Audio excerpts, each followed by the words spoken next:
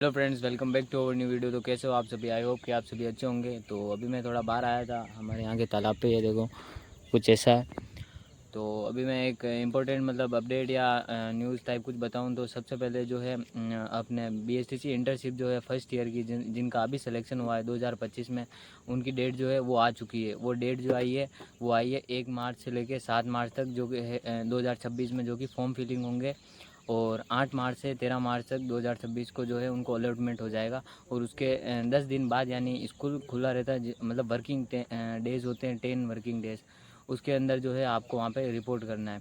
और जो second year में है मेरी तरह, उनके जो है 16 सप्ताह की इंटर्नशिप आई है इस बार। तो वो आई है 11 से 20 तारीख 2026 जनवरी को फॉर्म फिलिंग होंगे। और 15 से 20 मार्च को उसका जो है रिज़ल्ट यानी अलॉटमेंट आ जाएगा। और उसके 10 दिन 10 वर्किंग डेज़ के अंदर अंदर जो है अपने रिपोर्ट करना होगा वहाँ पे स्कूल में।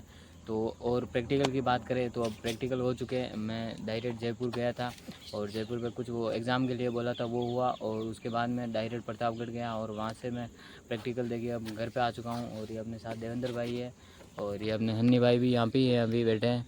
और तो प्रैक्टिकल में तो कुछ ऐसा, अगर आप प्रैक्टिकल देने जा रहे हो अभी तक नहीं हुए तो ऐसा कुछ नहीं पूछ रहे। देखो मेरे को क्या पूछा मैं बताता हूँ और फिर देवेंद्र भाई बताएंगे उनको क्या पूछा। तो मैं सबसे पहले गया तो एक सर और मैम थे। जो मेरा जो प्रैक्टिकल है वो सर ने लिया। तो सबसे पहले मैं गया और मेरा आधार कार्ड चेक किया। तो आधार कार्ड में मेरे चित्तौड़गढ़ लिखा था क्योंकि होम डिस्ट्रिक्ट अब मेरी वही है। तो वहाँ पे मेरे से पूछा कि जो शुगर मिल है, फर्स्ट शुगर मिल, उसका नाम क्या है। मैंने बोला द मेवाड़ शुगर मिल। और उसके बाद बोला सरकारी है या निजी है। मैंने बोला निजी क्षेत्र में। और उस मिल की, शुगर मिल की बात करूँ तो वो मेरे घर से 500 से 700 मीटर दूर भी नहीं है। रोज़ आते जाते अभी भी आए तो वहीं से होके आए हैं। तो ऐसा कुछ था नहीं। और फिर पूछा कि आप अगर 8th क्लास में पढ़ा रहे हो और बच्चे को पढ़ने का मन नहीं है तो क्या करोगे। तो मैंने बताया कि कहानी या पाठ के खेल के माध्यम से बताऊंगा, मैं पढ़ाने का प्रयास करूंगा। तो उन्होंने बोला कि अगर खेलना भी नहीं है, उनको पढ़ना भी नहीं है, तो फिर क्या करोगे। तो मैंने बोला फिर याद आया, सही एकदम ऑथेंटिक आंसर याद आ गया मेरे को एकदम से, कि कारण जानने का प्रयास करूँगा। तो उन्होंने बोला हाँ बस यही सुनना था मेरे को कि आप कारण जानने का प्रयास करोगे कि रीज़न क्या, रीज़न है कि वो नहीं पढ़ रहे हैं। तो उसके बाद केस स्टडी जो होती है उसको हिंदी में पूछा। और ऐसे बोला व्यक्तिगत अध्ययन को इंग्लिश में क्या बोलते हैं। मैंने बोला केस स्टडी। और सूक्ष्म शिक्षण के बारे में पूछा और बोला जाओ। वो भी खुश और मैं भी खुश। और लगा कि अपना भाई अच्छा चला गया है, नंबर भी अच्छे दे देंगे। तो अब मैं पूछूंगा देवेंद्र भाई से कि उनको क्या क्या क्वेश्चन पूछे। तो देवेंद्र भाई थोड़ा पास में आइए, क्या इधर आइए, बैठिए। नमस्ते। तो आज मेरा वाइवा हुआ था आज, और सुबह हमें 9 बजे बुला लिया गया था, और 9 बजे बाद फिर हमारे जो सेकंड ईयर वालों का वाइवा हुआ था ना, उनका फाइनल लेसन, फिर सेकंड ईयर वालों के बेस्टी के वाइवा के बाद फिर हमारा नंबर आया। यूँ करके हमारे 12 बजे नंबर आया। और 2 जने बाहर से आए थे और 2 ग्रुप में हमें हमारा वाइवा लिया। तो पहले कि हमारे साथ एडमिट कार्ड चाहिए होता है, वो चेक किया। फिर हमें तीनों फाइलें ली और उनसे फिर जो उनके सवाल ऐसे है कि आप पूछ नहीं सकते हो, कि उनके जो मन में आया वो पूछ लिया। अच्छा, आपको क्या पूछा था उस टाइम?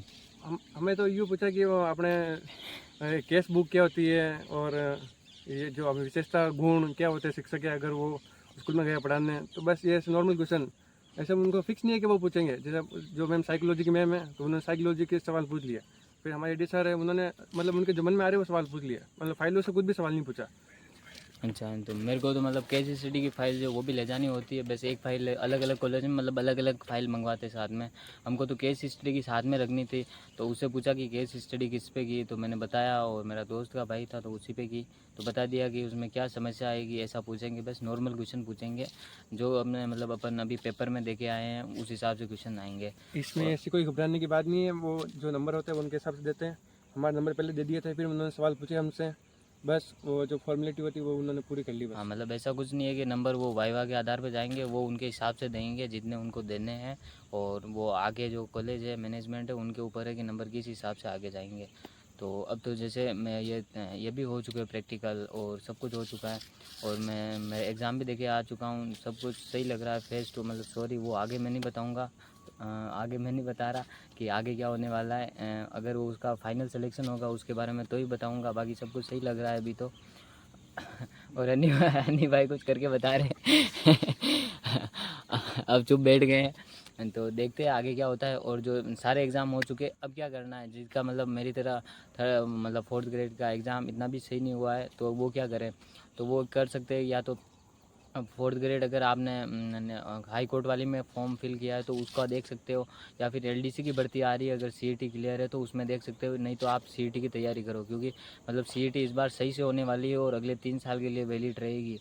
तो उसकी तैयारी सही से करनी पड़ेगी, क्योंकि नेगेटिव मार्किंग भी है और शायद 60 या 60% 55% का वो 60 होगा। या 55% जो है नंबर लाने ज़रूरी है नेगेटिव मार्किंग में।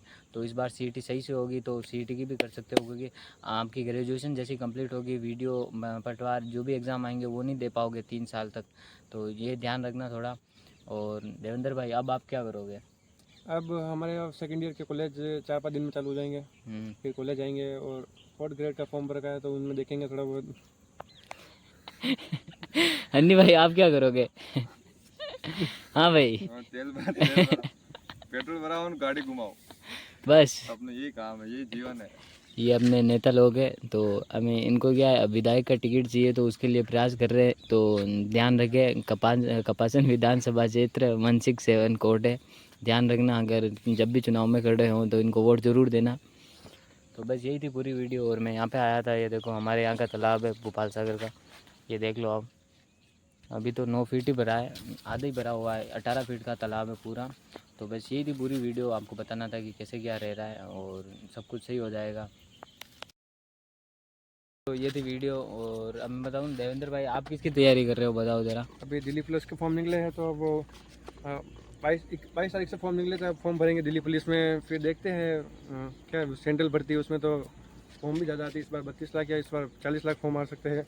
और खाली पोस्ट कितनी 7,500 पोस्ट है, उसमें से वो सब काट कुट के OBC मिला के SC ST तो मिला के मतलब हमारे 729 पोस्टें हैं दिल्ली पुलिस में। फॉर्म भरते हैं, उसमें क्या होता है वो देखते हैं, अभी तो वही करेंगे।